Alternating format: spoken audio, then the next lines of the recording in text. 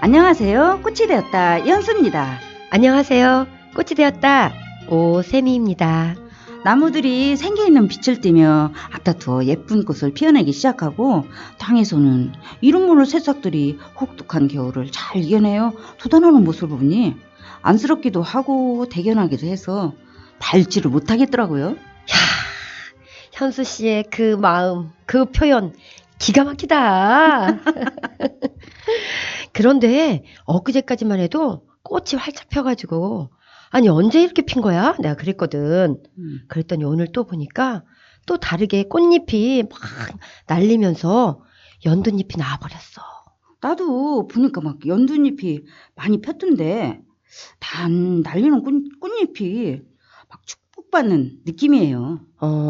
맞아. 나도 날리는 꽃잎을 봤는데 바람에 이렇게 이쪽으로 갔다 저쪽으로 갔다 하는 게 내가 이런 표현 써도 모르는데 내가 파도를 좋아하는데 파도처럼 꽃 파도 있잖아. 촥촥 이렇게 그렇게 보이더라고.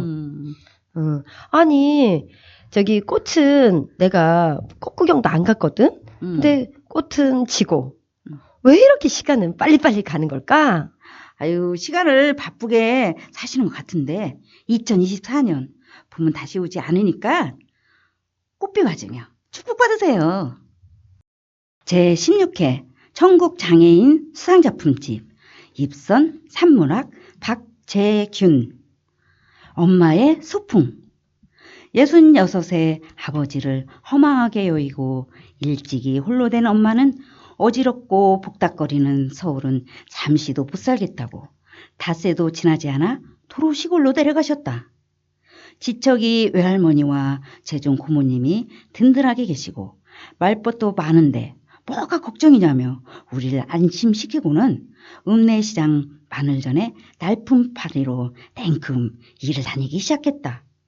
영감이 죽어서 더는 농사도 못 짓게 생겼는데 사지육심 멀쩡한 몸으로 맨날 놀면 못 쓴다고 몇 푼이라도 버는 재미에 마늘, 고추 같은 농특산물을 가다듬는 험한 일에 매달린 것이었다. 고된 일이었지만 쏠쏠한 소일거리에 시간 가는 줄 몰랐던 엄마는 그것을 보람이라고 여겼다.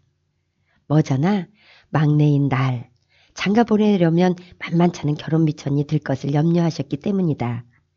평화롭고 조용한 엄마의 일상은 예기치 못한 교통사고로 크게 변하고 말았다.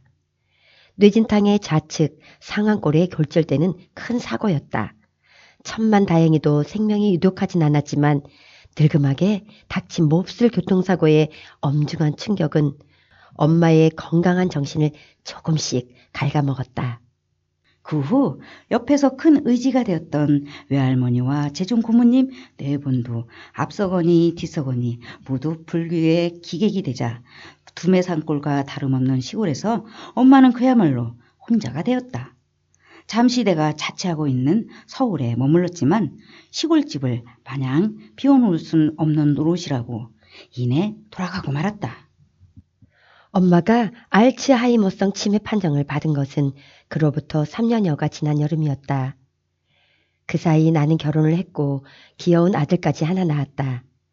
아무래도 노친네의 정신이 온전치 않다는 형의 느닷없는 성화에 미리 연락도 없이 먼 길을 득달같이 달려가 확인해 본 엄마의 상황은 충격적이었다. 무더운 날씨에도 며칠간 통 씻지 않아서 꾀죄죄한 몰골과 쑥대머리처럼 떡지고 기름진 머리도 그렇거니와 심지어 정돈하지 않은 이부자리와 방바닥에 대소변을 찔끔찔끔 지린 흔적은 도저히 믿을 수 없을 만큼 참혹한 정도였다. 비록 농사꾼인 아버지를 쫓아 땅을 일구고 사는 가난한 시골 촌보였지만 엄마는 항상 반듯하게 쪽진 머리와 정갈한 옷차림새가 학처럼 깨끗하여 고고했고 부지런하고 한결같은 성품 또한 온화하고 자상해서 어린 나에겐 늘 자랑거리였고 그런 엄마가 있어 행복했다.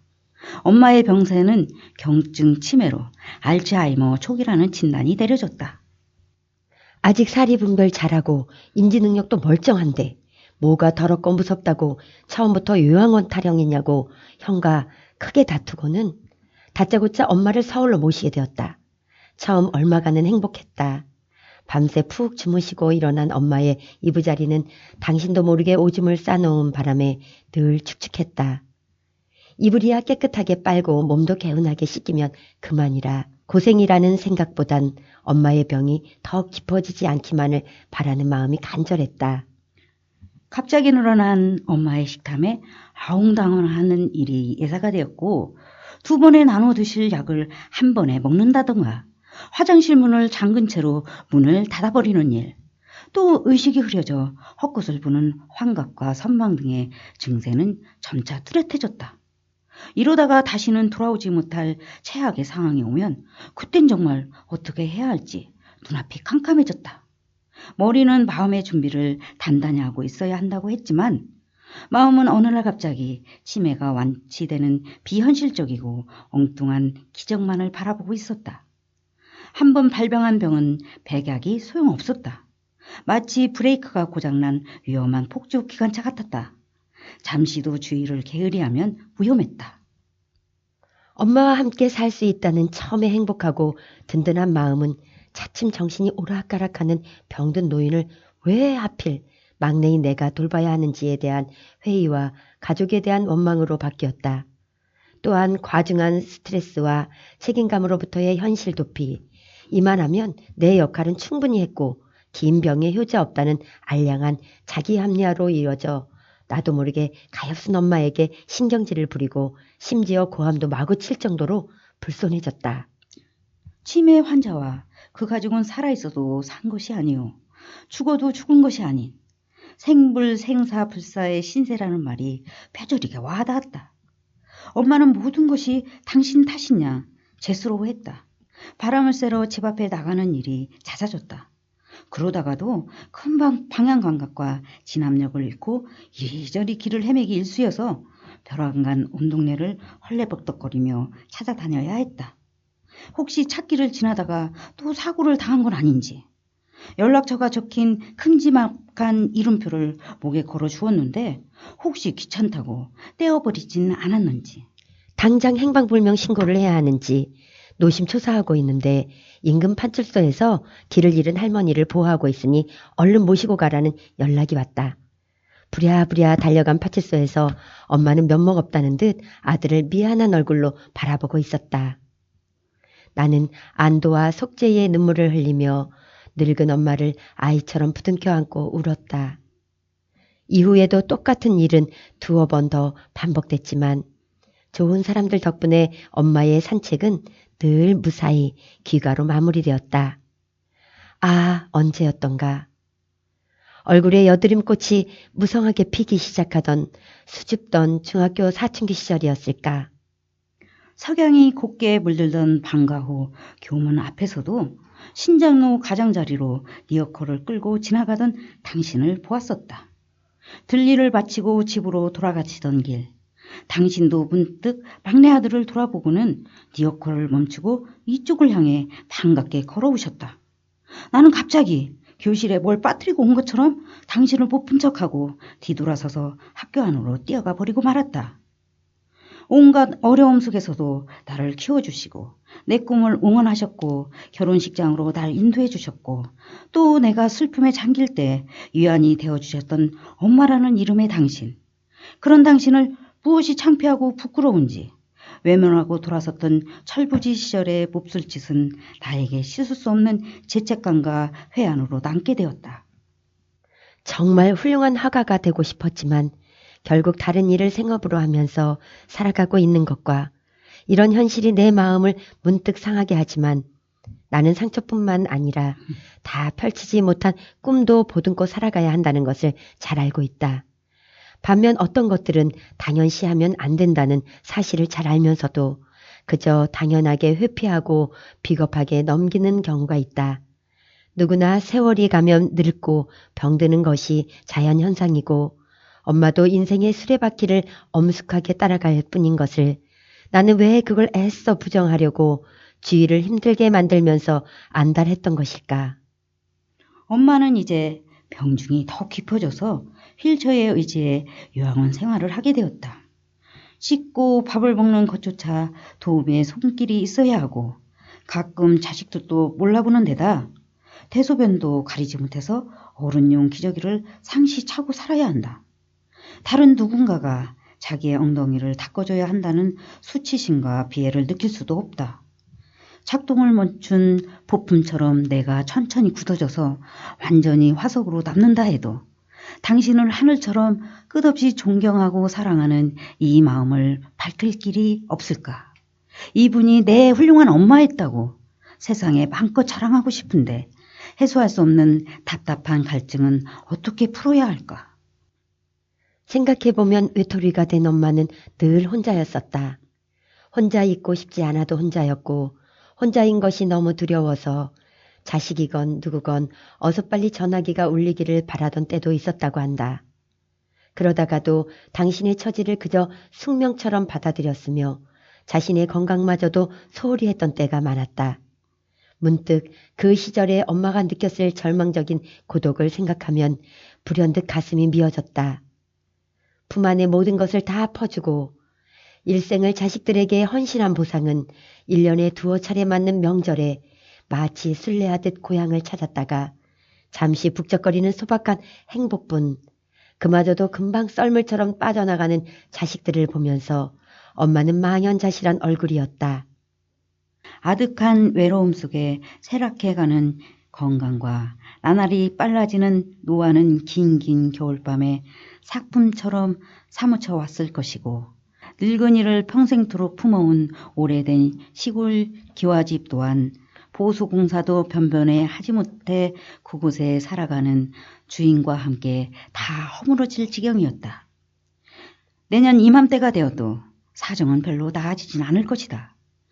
늙은이와 집은 되돌릴 수 없는 나이를 먹어 더 쭈그러들 테고 이대로 그저 조용히 무너져 내릴 것이었다. 절망도 공포도 원망도 사라진 지 오래. 남은 것은 오직 혼자라는 엄혹한 현실에 직면했을 때 엄마는 돌연 어딘가로 소풍을 떠난 것이 아닐까? 라는 생각이 들었다. 소풍. 엄마가 부디 따뜻한 봄 소풍을 떠난 것임을 소망한다. 근심 걱정 없이 마냥 즐겁고 아무 고통이 없는 행복한 소풍이기를 나는 소망한다. 투쟁도 회한도 선망도 없는 천국처럼 아름다운 나라로의 소풍이기를 소망한다. 그리고 엄마의 마지막 소풍이 부디 편안하고 안온하기를 간절히 소망한다. 그리하여 백화만발한 하늘나라에서 영원한 안식에 들기를 지극히 소망한다. 나는 그 옆에서 듬직한 길잡이와 다정하고 믿음직한 동행이 되어드리면 엄마는 그걸로도 충분히 만족해 하시고 환히 웃어주실 테니까.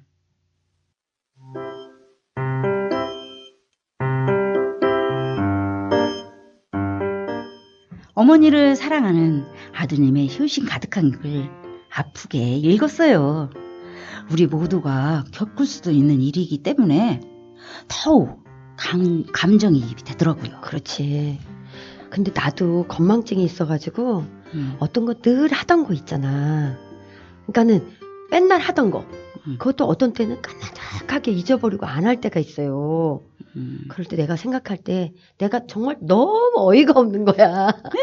내가 이럴 수 있나 하고. 그러니까 뭐 저도 뭐 깜빡깜빡해요.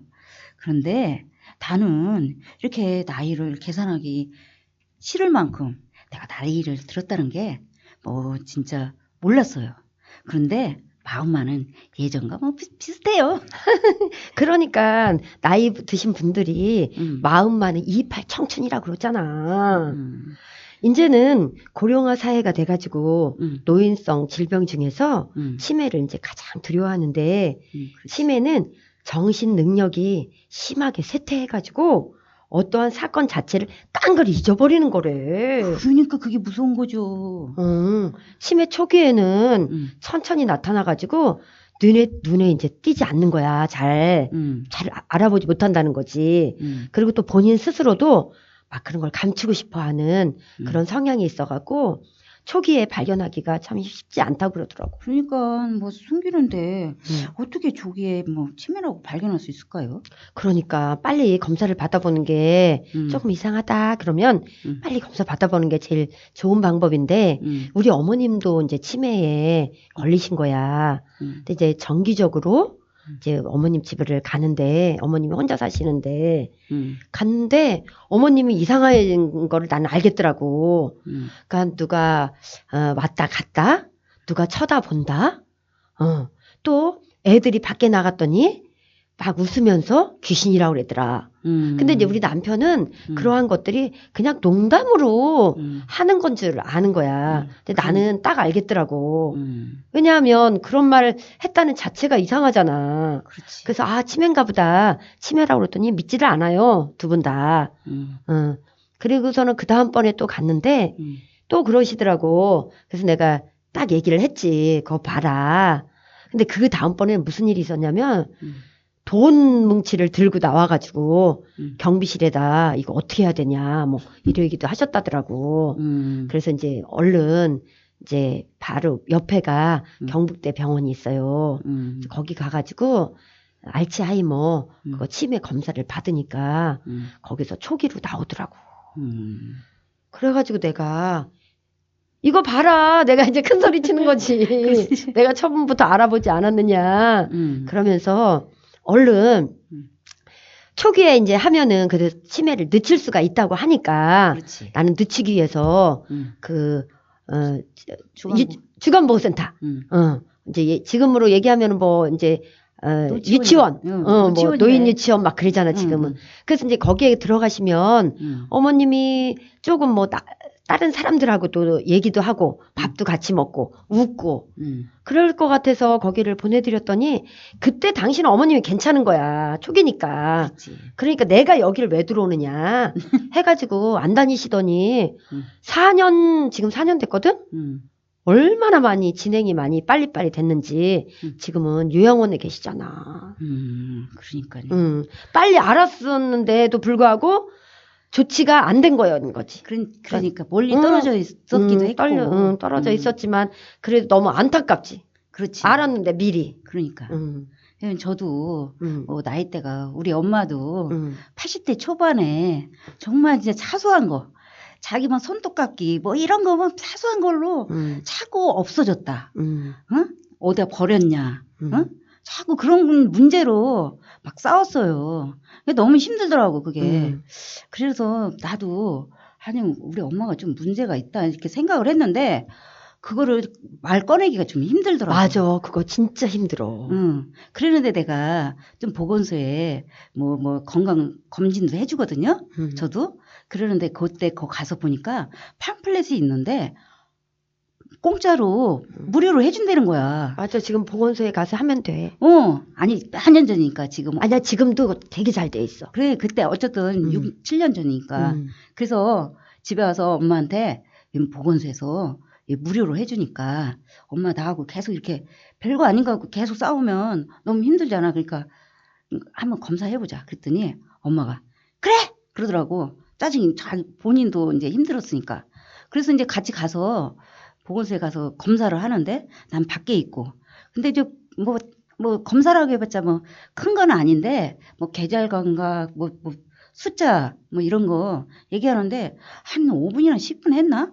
뭐 따님 들어오세요 그러더라고. 그래서 들어갔어. 그랬더니 엄마가 엄마 우리 양양하게 뭐 저기